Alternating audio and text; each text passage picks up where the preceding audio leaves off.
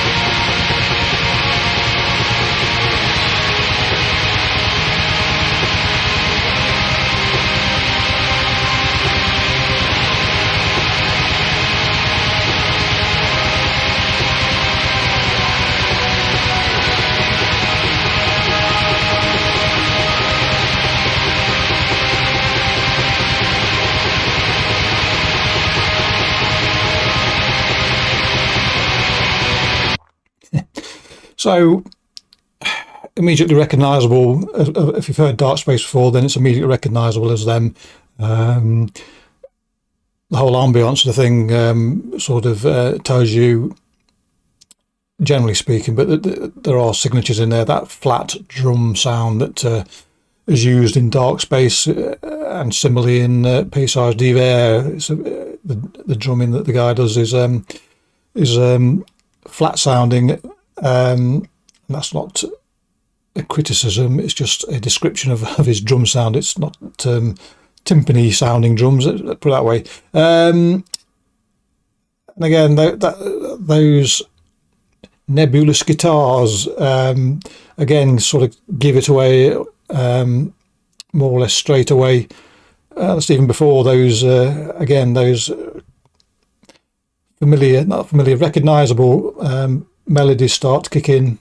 Anyway, let's crack on, this is quite a long one.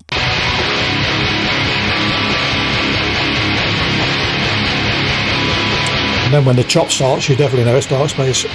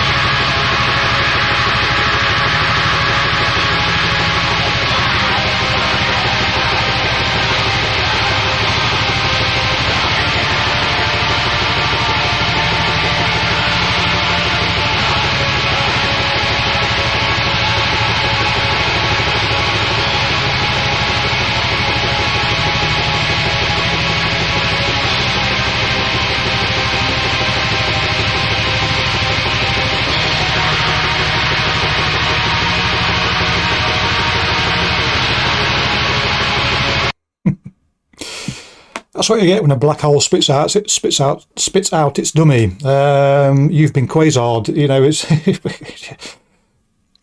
they rack up the intensity. That's for sure. Just when you think they can't get any more intense, then they go, here, have some more, and ratchet it up a bit more, or a lot in some circumstances. But the joy of Darkspace is there is, cosmic violence, shall we say, all around you, and yet it's still trance-like. It can still. I mean, very often I'll listen to Darkspace albums with headphones on and fall asleep, not because it's boring, but because it does induce that sort of stupor in you. You're sort of just taken away, put in a reverie, even despite the fact that your head's getting caved in, and you can just drift off. It's fantastic. Yes, it is.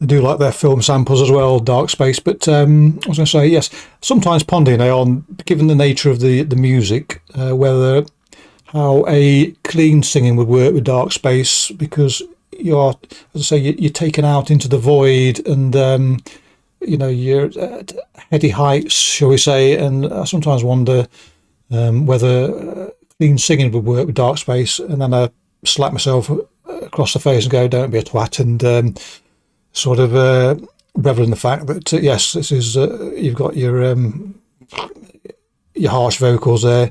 The other thing is, quite often, particularly when I'm having my tea, I'll have YouTube on while I'm eating my tea, and I tend to go on to spacey type channels.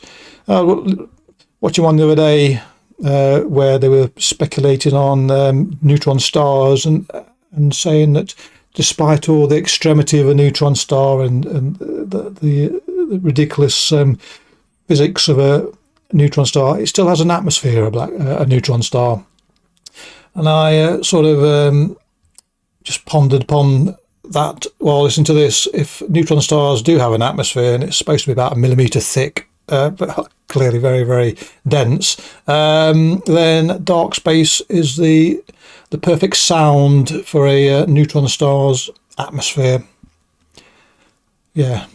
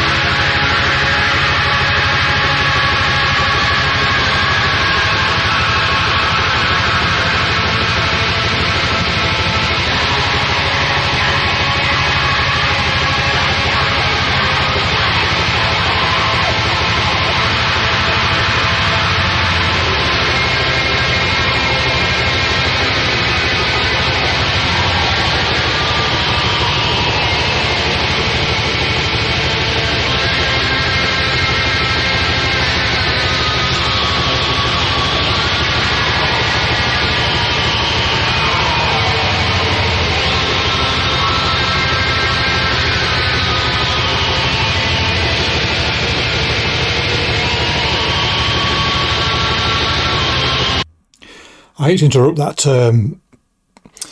melody there, but needs must before I forget what I was going to say. I once went, not once, but on one occasion when I was whitewater rafting, the guide decided it would be a hoot to steer the raft into one of those static waves, so that me and the guy at the front of the raft were permanently underwater, if you will, under the sort of rolling water, and every now and again he would back off just enough for us to have grab a quick breath, and that's really what the slower sections of Darkspace are. They're quick breathers before you're drowning again in sound in this case, but exhilarating though it was on that raft, being sort of deluged with this frothing water, it was a little bit scary as well. You were sort of holding your breath, or at least trying to get your head in a position whereby you could catch a breath, and so you was totally at the mercy of the oar master, whatever they call them. And again, Darkspace are a little bit scary there. They do sort of put you into the fray unrelentingly, and only occasionally sort of back off and let you catch your breath.